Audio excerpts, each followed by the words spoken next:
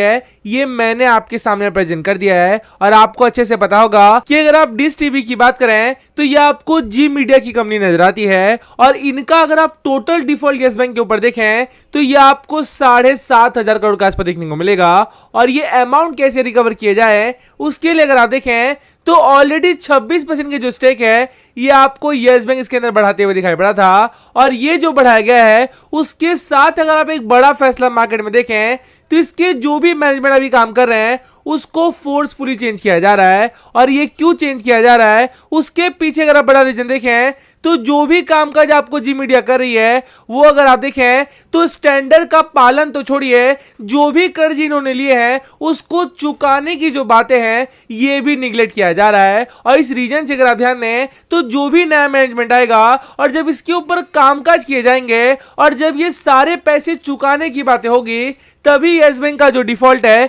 जो कि तकरीबन 6,500 करोड़ के आसपास देखने को मिलेगा। और अगर आप इंटरेस्ट के साथ देखें तो ये आपको 8,000 करोड़ के आसपास नजर आती है। ये सारे जो अमाउंट है ये डिश टीवी से रिकवर किया जाएगा। और यही जो बातें हैं ये मैंने पहले भी बताई है और आज भी बताऊंगा कि यस बैंक का नया जो मैनेजमेंट है ये लगातार कामकाज किए जा रहा है। और जिस तरह के कामकाज ये कर रहा है उससे इसका जितना भी एनपीएस निकल कर आ रही है वो आपको क्लियर होते हुए नजर आएगी। और जैसे ही क्लियर होगा यस बैंक के जो प्राइजेस हैं ये आपको भागते हुए दिखाई पड़ेंगे। और क्यों मैंने सर्किट की बातें की हैं तो जो इस हफ्ते में बड़ी बड़ी खबरें आ रही हैं उसकी भी जो झलक है वो मैं आपके सामने एक बार प्रेजेंट करना चाहूंगा। तो ये जो रिपोर्ट मैंने आपके सामने प्रेजेंट कर दिया और इसमें आगे बढ़ने से पहले कुछ बातें आपसे क्लियर करना चाहूंगा। तो अगर आप ओला स्कूटर्स की बात करें तो तकरीबन लास्ट वो महीना था जब इन्होंने पहली बार मार्केट में कहा था कि हम लोग तकरीबन 1 लाख रुपए में अगर आप ध्यान दें तो ओला के जो इलेक्ट्रिक स्कूटर हैं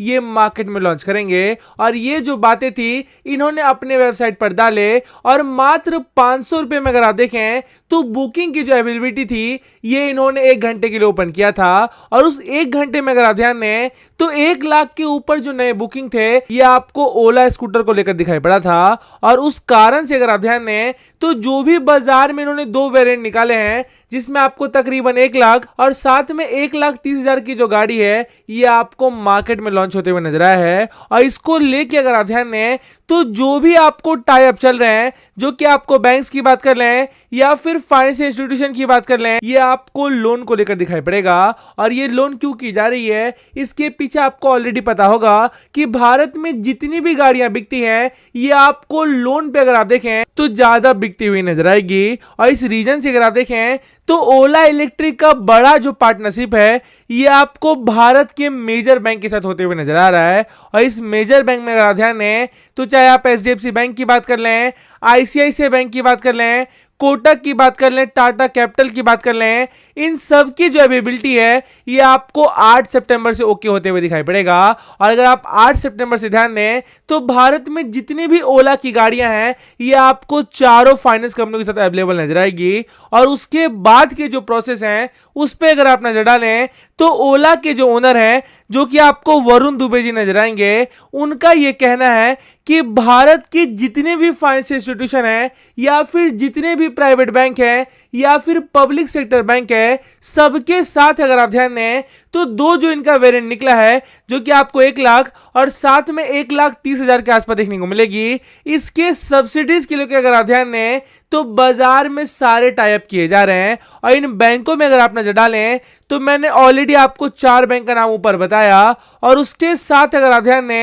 तो एयू स्मॉल फाइनेंस बैंक, साथ में जना small finance bank, Kotak bank, Tata capital और साथ में यस बैंक का भी नाम देखने को मिल रहा है। और यही जो बातें हैं ये मैंने आपको स्टार्ट में बताई कि प्रशांत कुमार की अगर आप बात करें जो कि आपको यस बैंक के सीईओ नजर आते हैं, जब से इन्होंने अपना कार्यभार संभाला है तब से लेकर अगर आप अब की बात करें तो ये लगातार यस बैंक के जो कामकाज हैं उसको बढ़ाने की कोशिश कर रहे हैं। और अगर आप लास्ट वीक की बात करें तो टू व्हील्स के साथ आपने पार्टनरशिप देखा होगा, तकरीबन 1 लाख के ऊपर की जो फाइनेंसिंग है ये आपको करते हुए नजर आएंगे। और उसके साथ जो ये ओला की पार्टनरशिप आ रही है ये आपको क्लियर बताएगा कि यस बैंक का जो फोकस है ये आपको रिटेल लोन में बढ़ती हुई जा रही है। और जैसे जैसे ये बढ़ेगा वैसे वैसे आप देखना बाजार में इसकी जो कामकाज है ये आपको जोरों शोरों से चलते हुए नजर आएंगे। देखिए जैसे जैसे सितंबर के दिन बीत रहे हैं वैसे वैसे अगर आप देखें तो जो भी अगस्त की डेटा है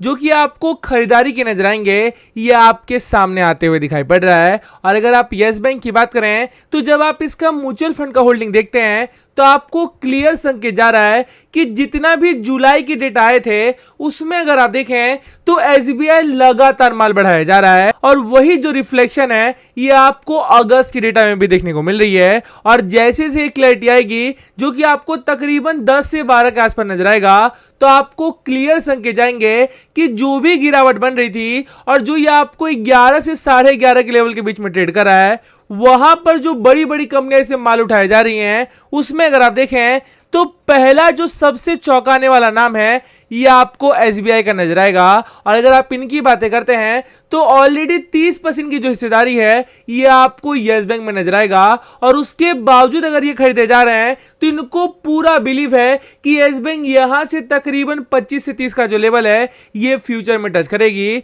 और इस रीजन से अगर आप देखें तो एसबीआई तो छोड़िए यहां पर यूटीआई का नाम नजर आएगा, यहां पर आईसीआईसीआई प्रो लाइफ का नाम नजर आएगा और साथ में जितने भी एसबीआई के खुद के फंड नजर आते हैं सबका जो भरोसा है ये आपको यस बैंक पर लगातार बढ़ती जा रही है। और यही जो